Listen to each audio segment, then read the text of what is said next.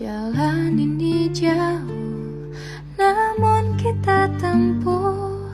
Bagai bumi ini hanya milik berdua. Biar ku berlebihan mendekatimu, namun ku tunggu. Tahukah kamu bagaimana fertilasi dan kehamilan terjadi? Apabila ada sel sperma yang masuk ke dalam saluran reproduksi perempuan, sel sperma tersebut akan bergerak menuju sel telur. Apabila telah bertemu dengan sel telur, bagian kepala sperma akan masuk ke dalam sel telur dan meninggalkan bagian ekornya di luar sel telur. Proses inilah yang mengawali terjadinya fertilasi. Dari jutaan sel sperma yang masuk ke saluran reproduksi perempuan, hanya satu sel sperma yang dapat membuahi sel telur. Mengapa demikian? Setelah salah satu sel sperma memasuki membran sel telur, maka secara langsung sel telur akan membentuk benteng yang tidak dapat dilewati oleh sperma lainnya. Maka dari itu, hanya satu sperma yang dapat membuahi sel telur.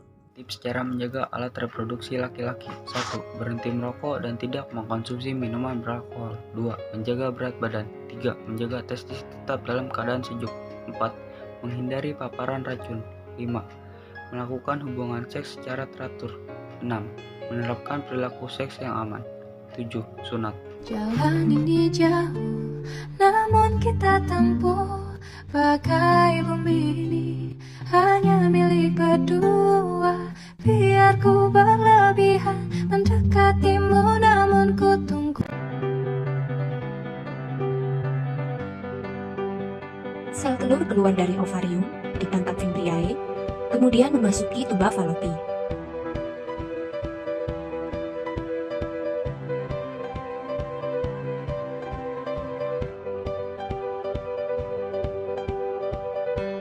Jutaan sperma dihasilkan dalam sekali ejakulasi saat puncak senggama. Sesaat setelah dipancarkan di dalam mulut rahim, sel sperma bergerak ke rongga rahim untuk mencari sel telur yang matang dan siap untuk dibuahi. Dari jutaan sperma yang dipancarkan, hanya beberapa yang dapat bertahan hidup mencapai indung telur, dan hanya satu yang dapat mencapai dan hidup di indung telur. Sperma kemudian mempenetrasi ke dalam sel dinding telur, kemudian mengkombinasikan materi genetiknya dengan sel telur dalam proses yang disebut pembuahan.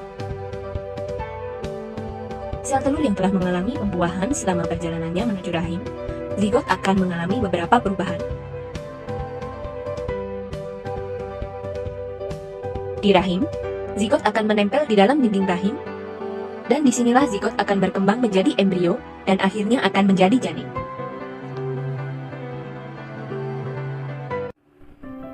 Minggu kedua, awal mula proses pembuahan.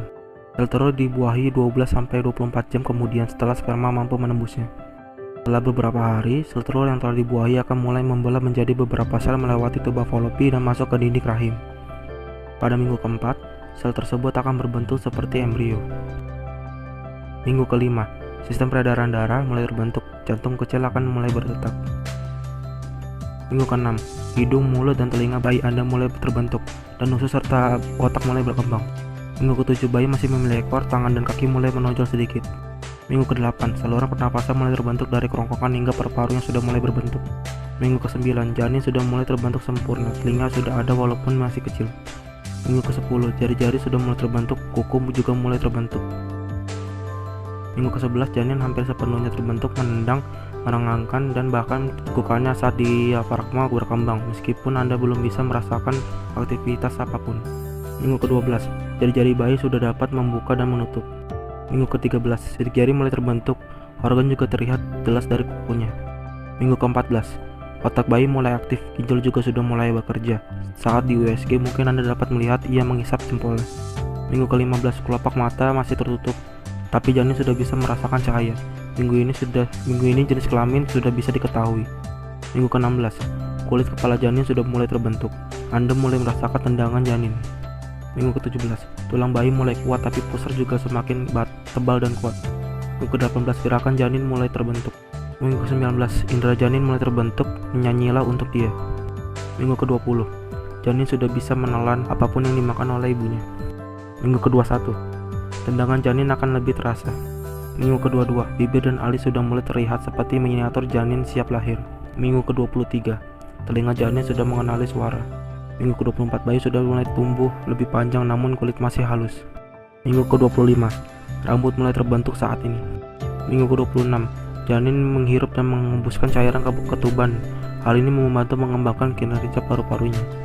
Minggu ke-27 janin tidur dengan waktu teratur.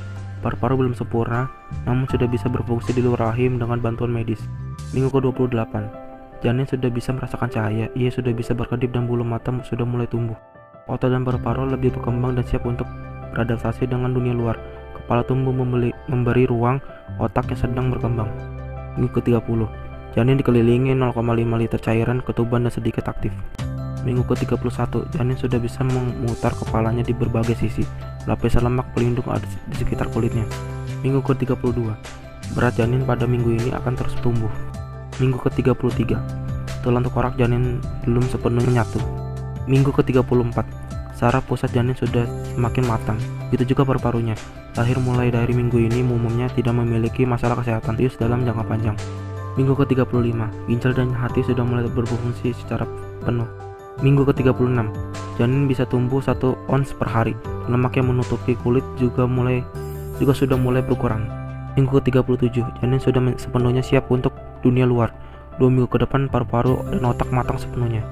Minggu ke-38 janin sudah terbentuk sempurna. Lemak di kulit juga sudah mulai hilang. Minggu ke-39 janin siap dilahirkan. Biasanya posisi kepala janin sudah mulai terbalik.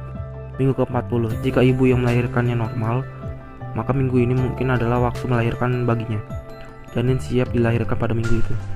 Ini adalah beberapa tips cara menjaga kesehatan pada alat reproduksi wanita maupun pria. Cara menjaga alat reproduksi wanita adalah sebagai berikut. 1. Menjaga kebersihan organ reproduksinya. 2. Makan makanan sehat. 3. Mengganti minyak panas dengan minyak zaitun. 4. Hindari merokok. 5. Hindari minuman beralkohol. 6. Hindari seks beresiko. Dan 7. Mengelola stres dan cukup istirahat.